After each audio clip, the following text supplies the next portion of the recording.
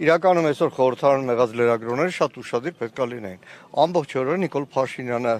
նստած, անջատված նստած, այդ կառավարության հաշվետվությունն է։ Մեկ էլ որ պայթեց, մեր падգամավորները, մեր գործընկերները որ դալիճում ներկա են, մեկ էլ ասպա անակնկալ եկած խելագարի պես սկսեց շարել։ Իրականում այս քինախնդրությունը, այն ինչ որ կատարում է, նայեք, այստեղ հարյուրավոր ոստիկաններ են դիմավորված։ Լրագրողներին կոչ կանը որպես նախկին խմբագիր, ավելի լավ տարածքը նկարեք, հարյուրավոր ոստիկաններ դիմակավորված հավաքվել են։ Շեֆի հրահանգի։ Վաղը պատրաստում ենք ազգային ժողովի հետ հաշվետվության ժամանակ ներքին գործերի նախարարին օրինակ ասել, որ իր կարմիր բերետավոր այդ անասունները, մարդ ծեծողները, ձեր գործընկերներին ծեծողները, բայց շաբաթ ավելի շուտ եկավ, քան ուրբաթը։ Ինչ կատարվեց։ Նիկոլ Փաշինյանը մի պահ ստատուս գրեց, մի պահ կանչեց իր խմբակցության ղեկավարին, հանձնարարեց սկսեք ու բոլորը ինչ որ անհոդաբաց նախադասություններով ազգային ժողովի ամբիոնից է խոսում ու զուգահեռ իր ֆրակցիայի ամենակարևոր մասը մլիցեքը ոստիկան չեն դրանք, հայրենիքի ոստիկան չեն, որոնց ազատեցին Հայաստանի անվտանգության պաշտպանության պարտականություններից օրենքով, որոնց առավոտվանից գիշեր տարիներ շարունակ ուղղակի ծառայեցնում են Նիկոլ Փաշինյանի կամակորություններով։ ԱԱԾ-ն նույն ձևի սատանա որսացող սև վերնաշապիկով, սև շապիկներով մարդ որսացողներին չունեն որևէ արժանապատվություն, չունեն հայրենիք, պատիվ, ուսադիրի պատիվ, ոչ մի բան չունեն։ Իրանք մենակ Նիկոլ Փաշինյանի ծառաներն են։ Եվ մեր հայրենակիցները այսօրը ուղղակի ամենախայտառակ օրինակն է։ Ի վերջո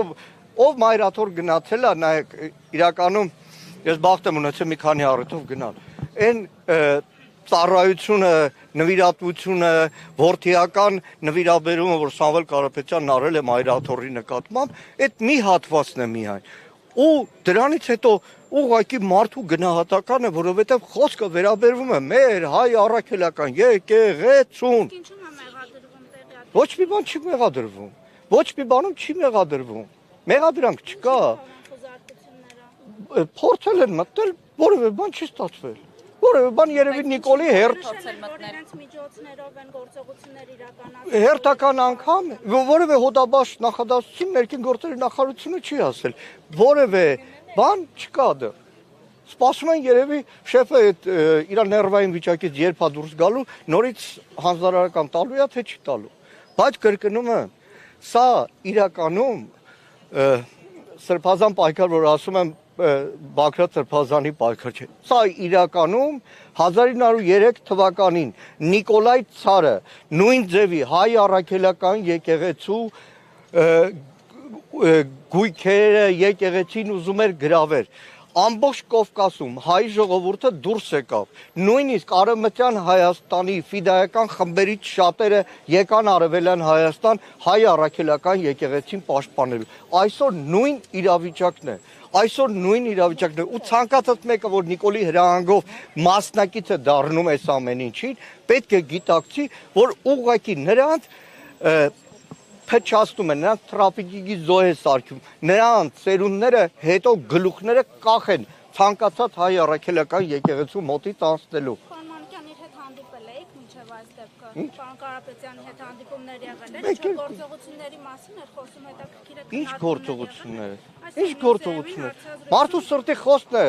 Մարդ, որ այս եկեղեցու ծառան է, մարդ, որ իր ամբողջ գիտակից կյանքը այո գործարարությամբ է զբաղվել, բայց ամեն ինչով մեր ժողովրդի ցանկացած մատից փուշ հանելու մասնակից է դարձել, հիմա դառաբան։ Ուղղակի ազգային ժողովի դալիճում այդ պահին կորցրեց տիրապետումը Նիկոլ Փաշինյանը։ Ու ցավում եմ, Հայաստանում չկա օրենք ոստիկանների համար, ԱԱԾ, դատախազում որևէ մեկի համար չկա։ Ասեմ դες այսօր ազգային ժողովի Արծիք Մինասյանի հարցը որ քննարկվում էր Սերանոյանյանի։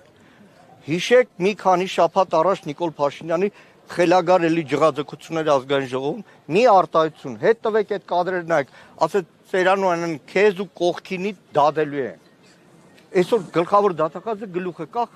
Վիշինսկու իգական սերի տեսակի նման պատրաստում է գալ ազգային ժողով։ Բայց դեռ ստացվում է, սպառնում է ու կատարում է, սպառում է, կատարում է։ Կա ելք, ո՞րն է։ Ելքը դիմադրությունն է։ Ամեն դեպք պիտի լինի այդ դիմադրությունը։ Ամեն դեպք։ Այսօր որ բոլորս այսօր այս մեր հայրենակիցները որ այստեղ ներկա են, մենք բոլորս ներկա ենք, արդեն դիմադրություն է։